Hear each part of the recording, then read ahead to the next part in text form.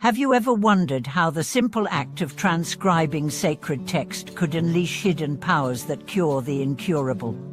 Have you ever hesitated before each carefully drawn character, curious if your devotion might one day transform into a miracle? Hello everyone, and welcome back to our channel. Today we delve into an astonishing chapter of Buddhist practice, the phenomenon of scriptural transference, wherein practitioners copy the Diamond Sutra hundreds or even thousands of times and receive divine pills reputed to heal terminal illnesses in an instant. We will explore two intertwined mysteries. First, why this meticulous devotion has been celebrated for centuries as a path to physical and spiritual liberation, and second, how the essence of the Diamond Sutra's wisdom becomes embodied in every stroke of the brush, forging a living connection between mind, body, and the awakened heart. Legends speak of monks in ancient China whose hands ached from hour upon hour of copying, yet whose spirits glowed with serene purpose. One such monk, Ro Min, battled a wasting disease that defied each physician's remedy. Driven by desperation and faith, he set himself to transcribe one scroll of the Diamond Sutra each day. His fellow monks watched as his energy ebbed and flowed with surprising pattern. On days when he completed his copying devotion fully, his fever eased and strength returned. On days he faltered, weakness crept back. After 100 scrolls, Ro Min awoke one morning to find a simple small pill perched on his altar, a residue of crystalline clarity. Within hours, his ailment retreated as though it had never been. Word of his recovery spread, and seekers arrived carrying ink and paper, hoping to touch the same miracle. Historical records confirm that throughout the Tang and Song dynasties, imperial courts commissioned massive copying projects, believing that the collective merit of transcriptionists could protect the realm from famine, plague, and war. Emperors themselves sometimes lifted the brush, adding their own characters to the sacred text. Each character inscribed was regarded as a living blessing, radiating the sutra's teaching of emptiness, impermanence, and boundless compassion into the fabric of society. Modern researchers, intrigued by these accounts, have begun to explore the psychological and physiological effects of persistent, focused copying. Neuroscientists note that the repetitive, mindful action of writing characters activates the brain's motor and attentional networks, creating a deep state of flow in which stress hormones decline and regenerative processes accelerate. Psychologists add that the ritual reinforces positive intention and belief, amplifying placebo mechanisms that support healing. In this light, the divine pill may be understood as both a material symbol of one's devotion and a catalyst for the mind-body link that fosters profound recovery. As we journey further, we will share personal testimonies from contemporary practitioners who have embraced the Diamond Sutra transcription path, some finding relief from chronic pain, others experiencing deep shifts in consciousness.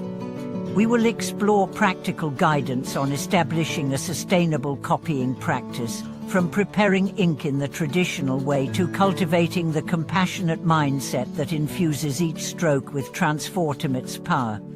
As the practice of transcribing the Diamond Sutra spreads, many practitioners speak of an almost tangible presence that arises from the page. Each carefully formed character seems to carry more than ink. It carries a vibration of the sutra's deepest truths. One devotee, Li Hu, shared how her arthritis ceased not immediately after completing thousands of characters, but during the very act of copying. She described how her hand, which once trembled with pain, grew steady and deliberate as she approached the verse on non-self. In that moment of focused compassion, tracing the lines that declare all phenomena empty of inherent existence, her own body seemed to release its grip on suffering. By the time she reached the passage on boundless wisdom, her joints felt loosened, as though the sutra's teaching had moved through her, dissolving resistance and restoring ease. In Japan, the tradition of Shakyo scriptural copying has long been integrated into temple life. At Aihaiji, one of Zen's most venerable monasteries, Monks begin each day before dawn by transcribing a chant from the Heart Sutra, a shorter text but sharing the same essence of emptiness with the Diamond Sutra. Lay visitors are invited to join this silent assembly of brushes and paper, where the collective hush is so profound that one can hear the faint rustle of robes and the steady drip of incense smell. In the soft glow of lantern light, the community moves as one mind, each stroke contributing to a field of virtue that permeates the hall. Over centuries, countless pilgrims have stood in that same space, guided not by elaborate teachings, but by the simple invitation to let the brush draw them into a living moment of awakening. Science now affirms what these traditions have known intuitively. A study of calligraphic meditation found that participants who engaged in Shakyo experienced significant reductions in markers of chronic inflammation. Blood tests revealed lower levels of C-reactive protein after just 4 weeks of daily copying practice. Functional MRI scans showed heightened connectivity between regions responsible for emotional regulation and those governing fine motor control, suggesting that the discipline of the brush harmonizes heart and hand in a way that fosters both psychological balance and physical resilience. Yet the true miracle of scriptural transference lies not solely in individual healing, but in the communal alchemy it sets into motion. In rural China, entire villages once came together during seasons of epidemic to copy sutras as a collective offering.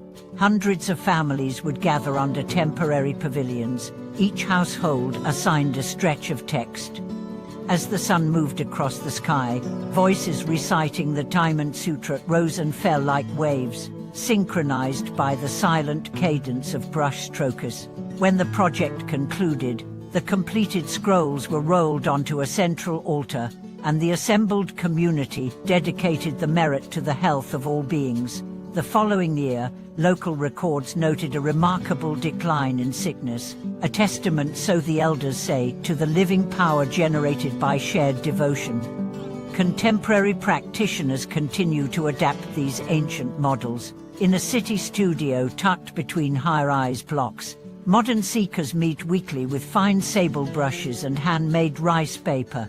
They begin each session by lighting a single candle and reciting the sutra's opening line once together.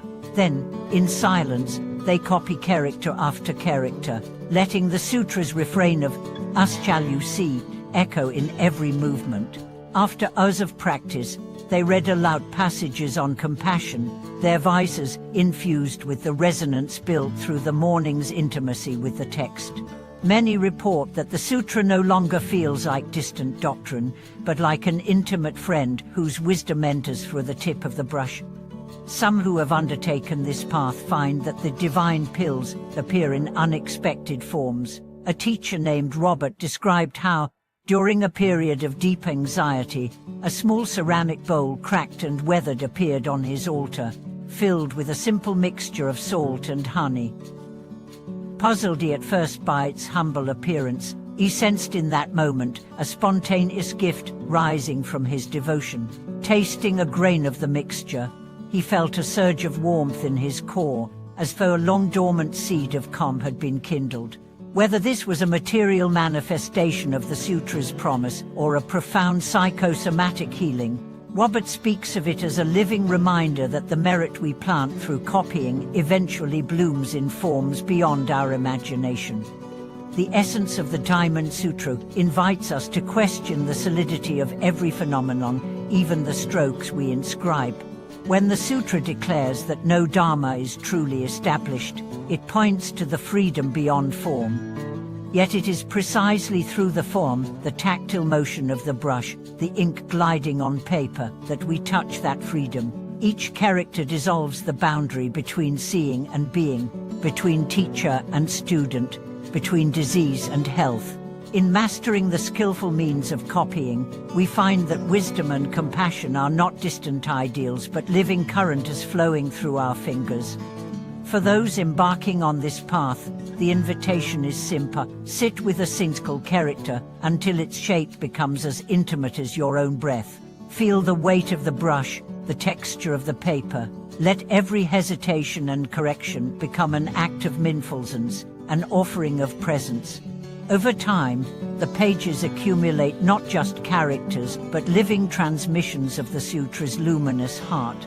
In those pages, seekers discover that true healing arises when devotion and understanding converge in unbroken continuity.